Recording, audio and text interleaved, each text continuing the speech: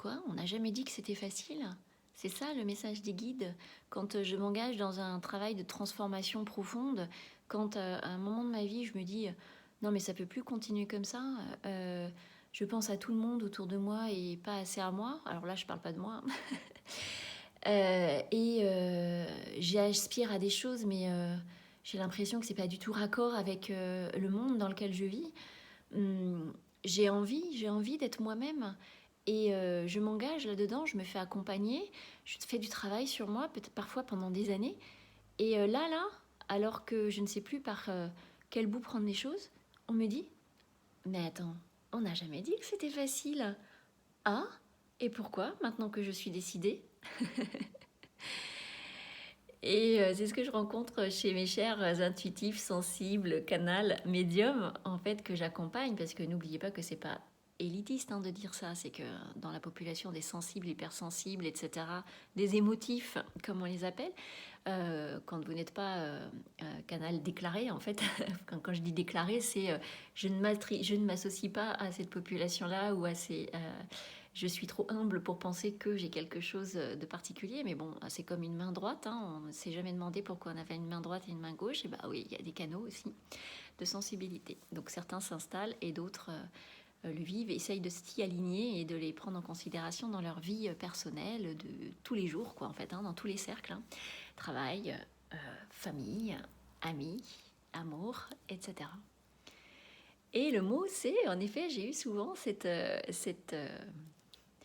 dans les guidances, ce propos de dire nous sommes là, mais nous n'avons jamais dit que c'était facile. Et ta part de responsabilité est à prendre. Alors, dans ce travail, bien souvent, il y a des vrais engagements qui sont pris, des décisions, des changements, et il y a des périodes d'effervescence, et il y a des périodes en fait où on retombe, où le mental en profite pour bien se faufiler en disant oh tiens cette peur là tu l'aurais ou pas oublié un peu, ah tiens voilà. Et ce sont des périodes en fait dont on ne sait pas toujours quoi faire. On a l'impression de revenir des mois, des années en arrière. On a l'impression que tout le travail qui a été accompli ne sert à rien, n'a servi à rien, parce que si je suis dans cet état-là, c'est que mon travail n'a pas abouti. Mais sauf que bon, nous restons quand même des êtres humains. Comme on aime à le recevoir, c'est des êtres spirituels, des êtres de lumière, en fait, incarnés et qui doivent vivre aussi dans cette matérialité. N'oublions pas que cette matérialité, nous l'avons choisie, quoi qu'il arrive autour de nous. Alors ça peut être simpliste de dire ça, et ça n'est pas en fait une fatalité ou un concept où il faut se dire bon bah je l'ai choisi, autoflagellation. Non, c'est dire bon ok, si j'ai choisi, qu'est-ce que j'ai à en tirer? Donc dans ces périodes de down, un peu en fait, on peut avoir ce moment où l'émotion revient, l'émotif revient, mais ça peut être aussi du nettoyage. Et c'est pas parce qu'on pleure ou parce que on redevient en fait un peu déprimé, comme on pourrait le dire humainement, mais ça reste un mot. Eh bien, on se rabaisse, on se dit mais j'y arriverai jamais. Et c'est de se mettre, par exemple, là j'ai le cas d'une cliente aujourd'hui, c'est ce qui m'inspire cette capsule, au-delà de moi, mes cycles personnels, eh bien, qui avait pris des décisions à un moment donné, en ayant conscience, en fait, en étant dans cette énergie de changement.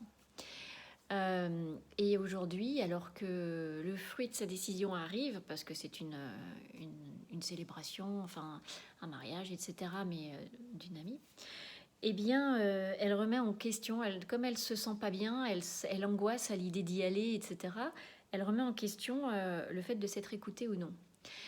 Et là, qu'est-ce qu'on peut lui dire? On peut lui dire, écoute, remets-toi dans l'énergie de la décision.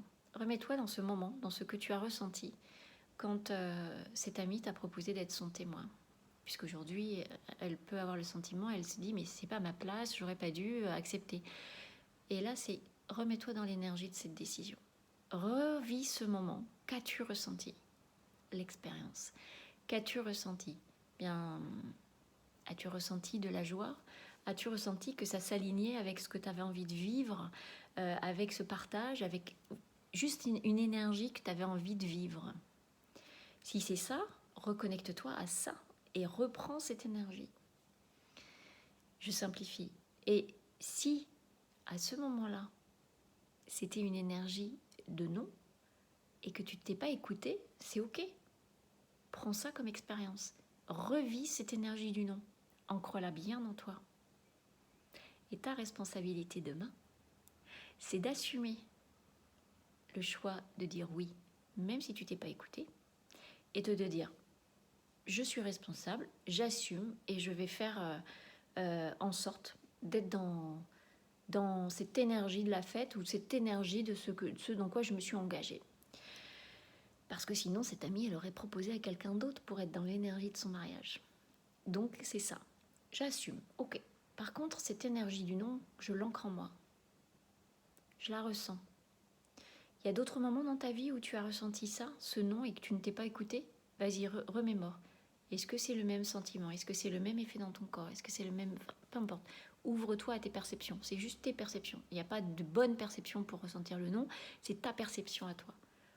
Oui, il y en a d'autres à tel moment pour ceci, pour cela. Parce que là, j'avais quelques éléments où c'était oui, et ça, j'aurais pas dû, et ça, j'aurais pas dû. Donc, c'est se remettre dans cette énergie-là. Et ça, tu l'ancres. En revanche, ton engagement, là, tu vas assumer ton engagement auprès de ton ami. Mais ton engagement, ça va être demain d'écouter cette énergie du non et d'oser dire non. Et on va les regarder pourquoi tu n'as pas dit non. Et c'est ça qui est intéressant. Parce que pleurer sur le fait d'avoir dit oui, ça sert à rien. En tout cas, ça peut servir à nettoyer. On va dire que ça sert à rien. Il faudrait que la langue française soit un peu plus étendue parce que les subtilités entre les mots, moi souvent ça me dérange.